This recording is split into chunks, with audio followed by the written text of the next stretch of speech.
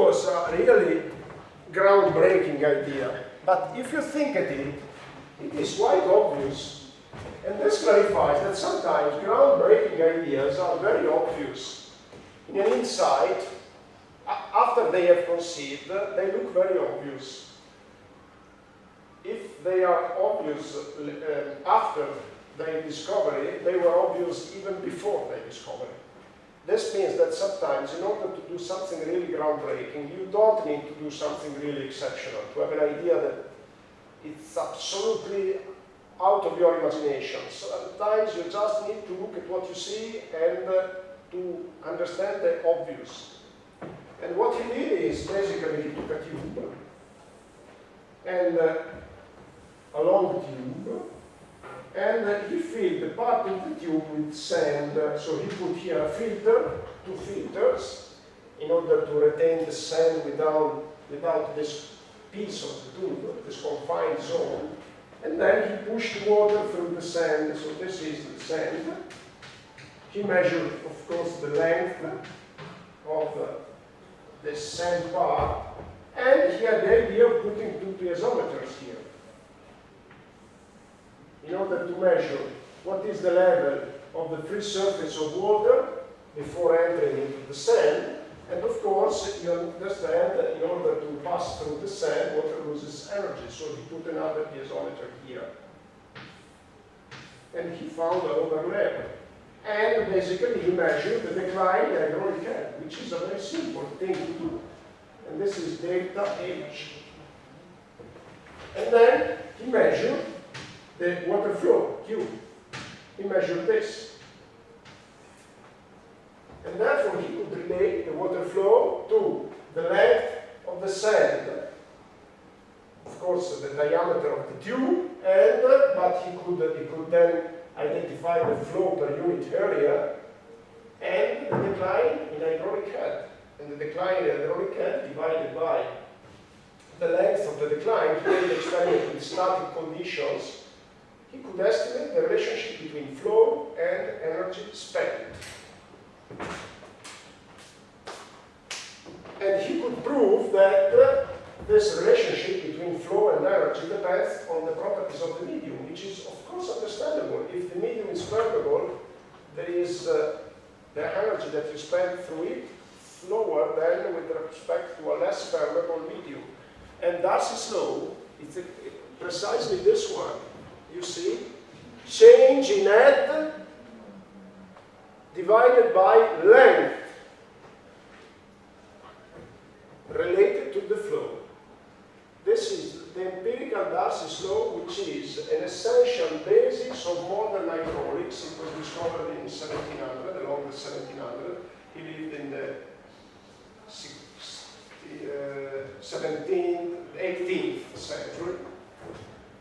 1700. And he realized that this is a constant. So the relationship between energy and flow is linear through a constant. Why it's linear? It's linear because the velocity of the flow is negligible. Otherwise, it wouldn't be linear. You remember that energy losses for a flow of air, water, whatever, depends on the square of the velocity. So it couldn't be that you have, given that the velocity is related to the flow, because this one is flow per unit area, is a velocity. If you have a linear relationship between energy and velocity, it means that the velocity is very low. Because otherwise, you remember that the relationship, when you drive your car, you remember that the consumption of fuel is directly proportional to the square of the velocity of the car, because the air resistance is proportional to the square of the velocity. But this is something that applies for porous media because the velocity is low. And this is Darcy's law. It is expressed in 3 dimensions. And here you see only the first one, and the second one, there is the third component. There are the 3 dimensions. K may be constant in the 3 dimensions or may vary. If the medium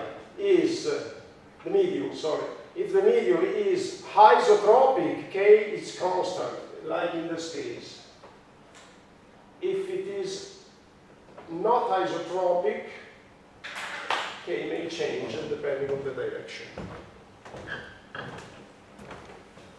Okay, at this stage, we can finally substitute in the equation that we previously derived. I go back.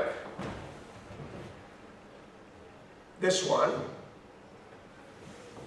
Nabla Q is equal to whatever, specific storage per decline of head. We can substitute for Q the Darcy law. Okay, if we do that, we obtain this derivative with respect to S of Darcy law. The negative sign disappears because Darcy law has a negative sign itself, plus derivative along y of, again, Darcy law along the y component, plus the third component is equivalent to the right-hand side that we found before. And then we can finally write the equation in this form, where here we have the divergence. Because now we have twice the derivative along the three components. K is constant, we can bring it outside. And then we get the divergence of the hydraulic head, which is equal to specific storage times the decline in hydraulic head.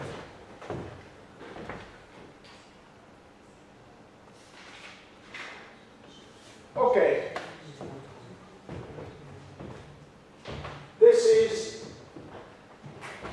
This is a partial differential equation in 3 dimensions and non-steady conditions.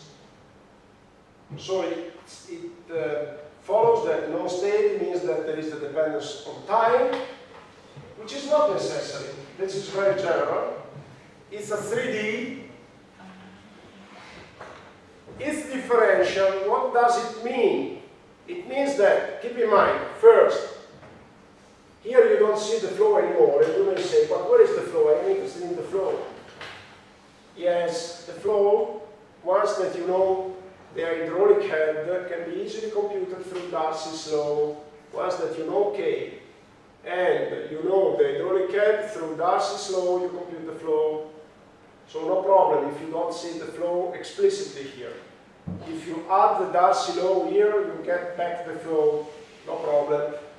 But this is a differential equation, which means that you need to integrate it. Differential means 2 things. First, that it's a local condition. It's a local law. It applies to the single point, infinitesimal dimension. If you want to get the flow, which is the result of the sum of several individual contributions for each single location, sum means integration. Sum means that these increments need to be integrated. And given that here you have 2 derivatives, it means a double integration. So differential equation means that you have to integrate it in order to get something averaged over the control volume that you wish, whatever it is. You then don't have to be concerned by integration. Integration is just a sum, and now with the PCs that we all have, it's not really a problem to compute a sum.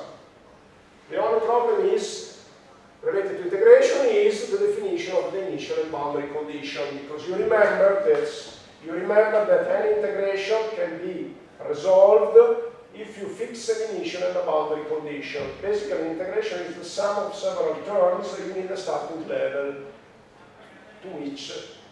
from which to start.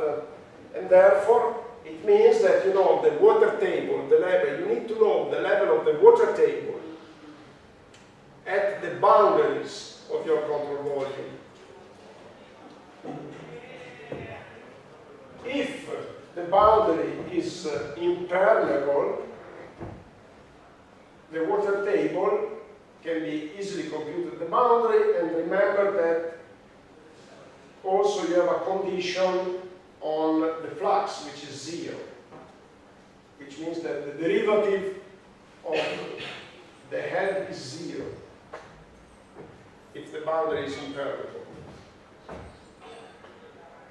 So you need to specify the geometry of the control volume and the boundary conditions, and then you compute your integral. But given that this is a non-steady, three-dimensional problem, it's not easy.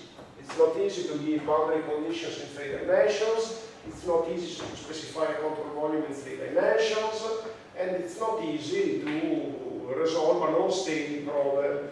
Fortunately, given that the aquifer is characterized by a slow dynamics, in many cases we can neglect variability along time, so we can assume steady flow, and in many cases we have a dominant direction of the flow, and therefore we can assume that from a 3D problem we reduce to a 2D problem, and eventually 1D. Eventually 1D because you know that water basically flows along a main direction.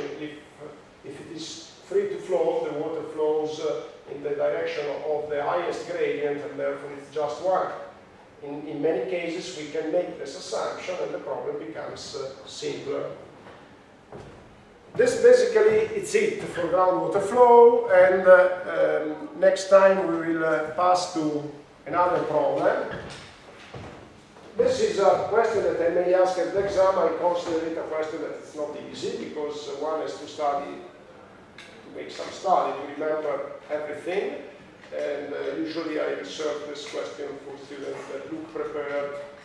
So if you don't want this question, you shouldn't look prepared. Okay. Next week we will see each other. Next week is the week of the 25th of April. So on Monday we lecture, and it will be easier the lecture. The last 2 lectures have been quite heavy, the last 3. On Monday it will be easier, I promise you.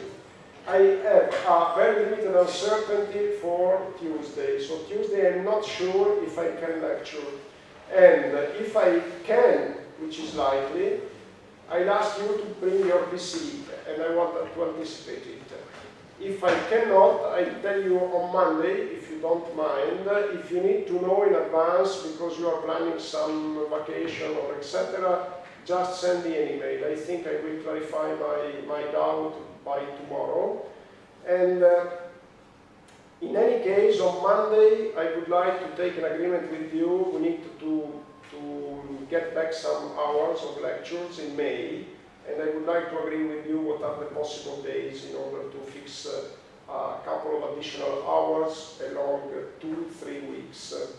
It depends on the fact. It depends on my attendance or not at the lectures on Tuesday. Everything is clear. If you have any problem with the schedule that is still uncertain, just let me know now or by sending an email. Thank you.